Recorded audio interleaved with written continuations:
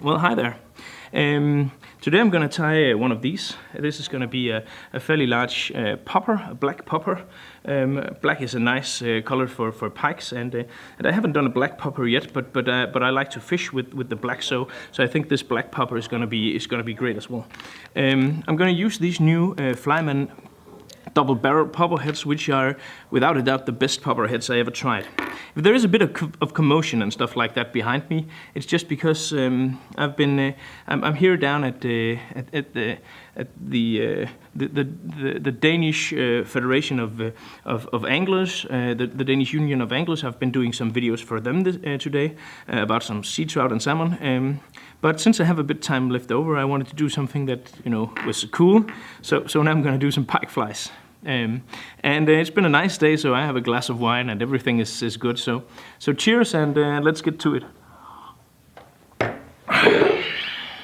Well, first of all, in the vise here I have one of the new Arix hooks, and I've been involved a bit in the shaping of this hook. So I of course really like this hook. This is the 6.0. A fairly large hook, but the large hook is really nice for tying poppers, because you have these large foam heads, and in order to actually get as much hook gape as possible, then you need a fairly big hook for these big poppers. So that's why I've chosen the 6.0. Also, what you can see I'm doing now is simply just apply a lot of tying thread, and basically that is because I'm going to tie some bucktail down in a second, and that needs a fairly large base of tying thread in order to be able to stick on the shank here as well as possible. So about that. So next up is tying some of the bucktail here. And I'm going to take not the biggest bundle, because when you tie poppers, what's one of the crucial thing about poppers is you don't want them to get too long, because if you get them too long, the pikes will often miss the hook and simply just chase the tail. So about this amount of bucktail, and I'm going to tie this down around here. And what's important here is that you really clamp down on this and use some force here in order to ensure that this stays here and just doesn't turn around the hook instead of simply just be secured. I'm gonna cut some of this off like this. Yeah, basically with these pike flies you can just go nuts. That's one of the reasons why I really enjoy tying them, because you can, well, basically anything goes, and you can have so much fun just being loose and doing whatever you think looks good. And well, basically it's pike, so more often than not what you can think of is probably gonna work, because well, pike is opportunists, and they will, if you're fishing water that hasn't been fished too much, then basically a pike will go for what you throw at them, simply because well, basically they have no hands. And since they have no hands, and the only thing they can test out if anything is edible or not is their mouth. So we benefit quite a lot from that, I think, as anglers, because most of the stuff we actually do looks quite hopeless compared to the real bait fish and the real shrimps and the real ducklings and stuff like frogs and whatever you do for pikes and stuff like that. So basically, if they did not try a lot to do new stuff fish, we would not catch as many. Well, at least that's a theory I have. So I'm going to take a bundle of black big fly fiber here, apply this here to the hook here, like so. Again, use quite a good amount of thread in order to be sure everything is nice and secure. You can apply some super glue if you like that, some Sabagab. I have some lying around here somewhere. I don't know. I'm a bit messy now. Oh, and also I forget to drink my wine. That won't do.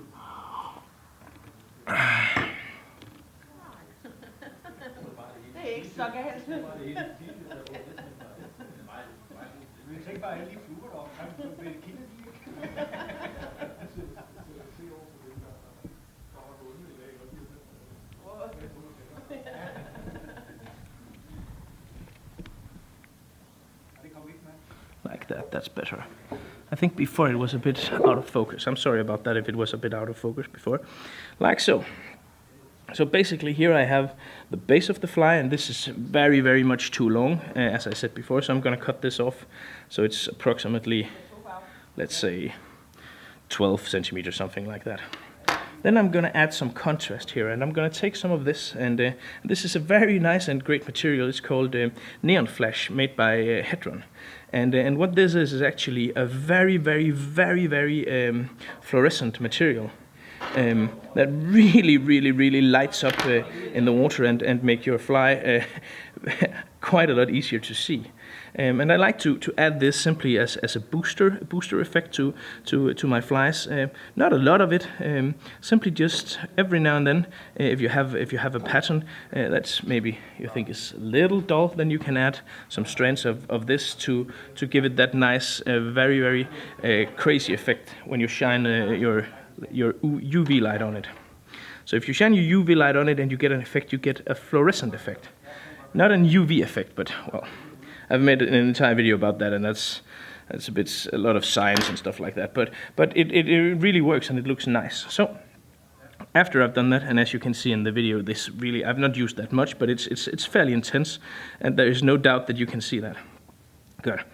Then I'm gonna add some black holographic Flashaboo Magnum. The Flashaboo Magnum from Hedron again is without a doubt the best flash for pike. First of all, it's 52 centimeters long, which is heavenly and divinely long, very, very nice. But also it's a bit broader than most flash, which means that it moves very well in the water, and it's strong and very, very durable. You can get a lot of different flash out there, but a lot of it is not very durable. It's simply poorly made, and of course, if it's cheap, then that's if it's cheaper than this, then basically what you get is something that's cheaper than this. This will outlast many of the lesser and cheaper flash simply because of the durability of this. So when you have and I like that, because when you've spent a lot of time and effort and put a lot of time and effort into actually making nice flies, then you want flies that lasts as long as possible. You want your flies to last also to, let's say, 8, 10, 20 even pikes. Well, 20 pikes is probably a bit far stretched, because well, 20 pikes is a lot, but if you're careful and you use some super glue every now and then and use quality materials, then that's not far stretched. You can have pike flies that can last to that many pikes, like so. This looks fairly nice. Okay. Good. Next up is some where are those? Another thing that is meant to add a lot of contrast. I'm going to add some of these lateral scales. Lateral scales is an even wider flash that has kind of like a ruffled, crinkled surface, which emits and makes. Emits quite a lot of light. No, not emits, but reflect. That's the word I'm looking for. Reflect an insane amount of light, especially in this mirror opal or mirage color. I can't recall exactly what it's named, but something like that, along those lines. And this is a really, really extremely potent flash. So don't overdo this. If you're fishing in shallow and very, very very clear water, then you do not want too much of this flash. But if you're fishing, let's say, night or late evening in water that is fairly murky, then this is definitely the way to go, like so. And then the final touch, a thing I like to add because it gives a completely different movement in the water. Saddle feathers. So I'm taking a lot of these saddle feathers here. No, not a lot. Let's say 6, 7, something like that. 5, 6, 7. 3 first go. I have some more here. Gonna tie these down on the other side, like so. I've used 6 now, and I think that's probably appropriate, like that. These move quite a lot different from all the other materials, and that's why I really like to have them in my pike patterns. Also, I do not cut them off completely, because I want the front part here of the hook here, I want this to have a thicker diameter, because in a second I need my popper head to go on here, and in order to make that stick on there, I need the diameter of all this stuff here to be quite high. So it's going to be tricky to mesh it over here, but also that this part of the shank here needs to have some volume in order to fill out the gap inside the popper head, the hole inside the popper head. Actually, I'm not pleased with that. That's not enough, so I'm simply just gonna make it broader by tying down some of these leftover hackle stems here, simply to make this bigger, like so. And basically, I'm gonna cut these off here. You don't need the leftover stumps. Like that. Good. Hammering away. So now all there's left to do is actually apply the popper head here. I have all the stuff I wanted in the fly here. Oh, that one is gonna come off. That was stump also. So I'm looking now. This looks fairly nice. But I need to make a hole inside this popper head here. So I take my scissor and I simply just, jam it up in the behind of the. Yeah, you know how that sounds, but that is basically what I'm doing. So, and then from the other side as well, like so. As you can see, my scissor goes straight through here, and as I said, these popper heads are without a doubt the coolest popper heads I have ever tried.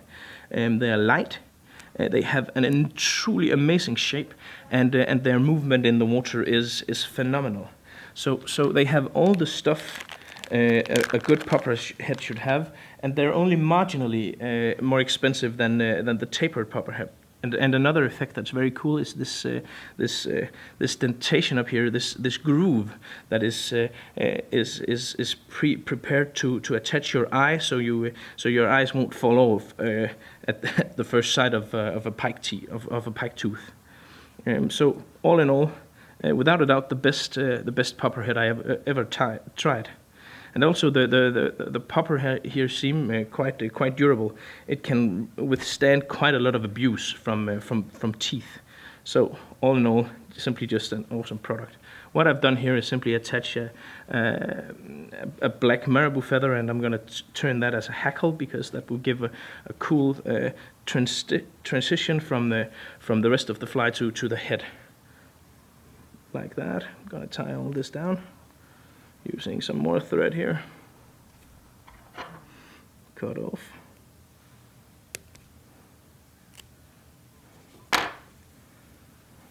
Like so.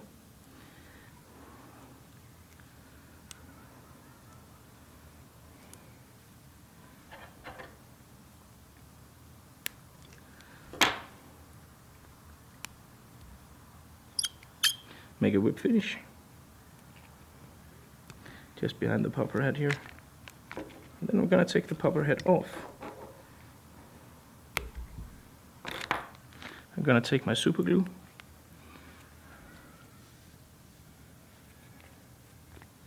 And then apply a fairly generous amount of super glue here, because I really want my popper head to stick to this. Like so.